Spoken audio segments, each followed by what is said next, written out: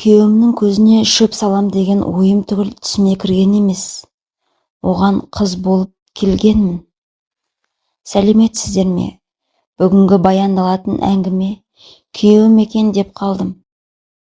Жаза басқан әйел біреудің өзін бопсалап жүргенін айтып баяндайды. Қап-қараңғы жерде қатар-қатар жатырмыз. Теріс қарап жатқан мені күйеуім қапсыра құшақтап алды. Қолын итеріп жібердім.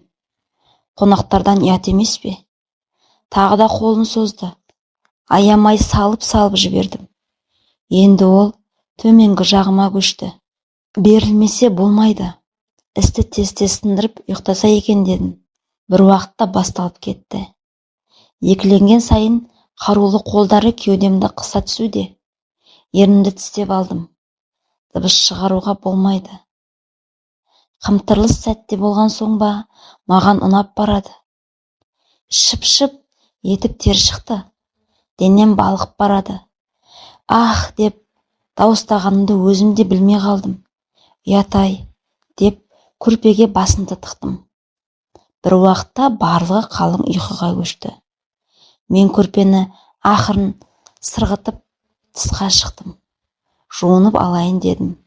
Ал орныма қайта оралғандағы көрініс төбемнен суық су құйып жібергенімен бірдей әсер етті. Табалдырықта мелшидім де қалдым. Өз көзіме өзім сене алар емеспін. Дулы кеш аяқталып, еркектер қайта-қайта далаға шыға берген соң, дастарханды жинап, төсек салғанмын. Бәрі ішсін доғарып, жатып тезірек ұйықтап қалсыншы деп ойладым. 2 бөлмелі үй. Өз төсегімізге Көкшетаудан келген күйеуімнің досын, әйелін екеуін жатқыздым. Ал қалғандарымызға қонақ күткен кең бөлменің жеріне көрпе төседім. Табалдырыққа таман күйеуіміз екеуміз жатамыз деп қойдым. Солай еттім де, сырттан досымен құшақтаса кірген күйеуімді бергі жаққа алып ұрып жатқызғанмын. Жанымда күйеуім. Иә, бұған дейін солай болды деп ойлағам. Бірақ жуынып келгенде менің қасында күйеуім емес, оның досы жатыр екен. 2 қолын жоғарыға созып, рахаттанып жатыр. Сонда мен күйеуіммен емес, мынаумен болғанмын ба? Өз ойымнан өзім шошып, жеркеніп кеттім. 2 бөлмеге жапсарлас тамақ пісіретін аядай қуысқа келіп отырдым. Мүмкін мен жаңа далаға шығып кеткенде екеуі орын алмастырған шығар. Осылай деп өзімді алдаусыратуға тырыстым. Бірақ төсек қатынасын алдай алмайсың ғой. Ол жағы күйеуіме ұқсамайды. Кеудем емес, ол шашымен алысып кетуші еді. Миым әбден ашыды. Бетімде дуылдап барады. Не істеп қойдым деген сұрақ ішіме жегі құрт болып түсті. Бұдан кейін қалай ұйықтайсыз? Күйеуімді оятып алып сұрағым да келді. Бірақ оны ана арадан қалай сүйреп шығамын? Сөйтіп, бақырайған көзбен таңды аттырдым. Мұндай ұзақ түн менде болған емес. Ақылап қонақтар тұрды. Еркектер жағы басым айлап қояды. Шайды баяғыда сақырлатып қайнатып қойғанмын. Түннен қалған етті сорпасымен жылыттым. Барлығы дастарханға отырды. Қас қылғанда әлгі менің жанымда жатқан маған қарама-қарсы отырып алыпты. Көзіне тіке қарай алмадым. Ал күйеуім әлі аунап жатыр. Тамаққа шақырғанда қатты ауырып тұрмын, мазаламашы, деді. Түсте қонақтың барлығы кеткенде арқамнан бір жүк түскендей болды. Өмірімде қонақтан тез құтылуға бұлай асығып көрмеп едім. Кетіп бара жатып әлгі шипыт сары белімнен қызып қалмасы бар ма? Қаным басыма шапты. Кетшей, басың істеме деп баж ете түстім. Ербиіп қарап қалыпты. Тулағыш болсаң түнде неге солай туламадың деген шығар ішінен.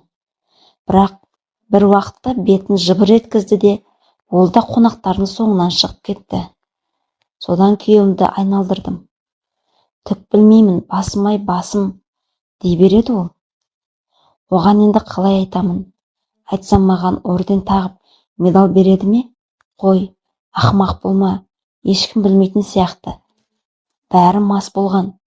Өз ішімде қалсын сол түн деп шештім. Бірақ айтқанға оңай. Өң жоқ, не түс жоқ, бір апта есеңгіреп жүрдім. Бірақ уақыт өте келе бәрі ұмытыла бастағандай болды. Бұрынғы өмірімнің күйбең тірлігі, қандай жақсы, миың тыныш. Бір күні күйеуім Астанаға командировкаға кетті. Сол күні кешкісін ши бұт сары салып ұрып жетіп келіпті үйге. Күйеуімнің жоқтығын айтып, есікті ашқан күйі табалдырыққа қайқиып тұрып алдым. Ол мені итере-митере үйге кіріп, құшақтап көтеріп алды. Есім шығып кетті. Айғайлайын десем, ана бөлмеде балалар, ұрлық жасап жатқан адам сияқтымын. Ол қолымнан ұстап сыртқа қарай сүйрелей жөнелді. Мен көндім. Не де болса, мәселені далаға шешіп алайын дедім. Үйдің бір қалтарысына апарып, ол мені аймалауға көшті. Итеріп жібердім. Короче, басты қатырмай тайып тұр. Ары қарай мені сөйлетпеді. Ерні келіп, ерніме қадалды. Өз еркіммен берілмесімді білген ол зорлауға көшті. Тіпті зорлады да. Қақпа бар, әйтеуір ешкім көрген жоқ. Ызадан тұншығып жылап жібердім. Одан мені енді мазаламауын өтіндім. Енді бопсалауға көшті. Күйеуіңе айтамын деді. Айтсаң сен де, мен де тірі қалмаймыз, саған не пайда дедім мен. Ақыры ажырасып тынасыңдар. Бір таяқ жермін, есесіне сен мәңгілік мендіксің деп қарап тұр әлгі маған. Оны сөзбен жеңе алмайтынымды түсіндім. Жиі келмейді. Тек күйеуім жоқта осылай тұтқиылдан келіп зорлап кетеді. Біреуге айтсаң, құрыды ғой бәрі. Ал мен күйеуімді сүйемін. Балаларыммен мәңгі бақытты болсам деймін. Ал ана шибыт сары әлі менің мазамды алып жүр. Ол келіп кеткен сайын бір өліп, бір тірілердей боламын.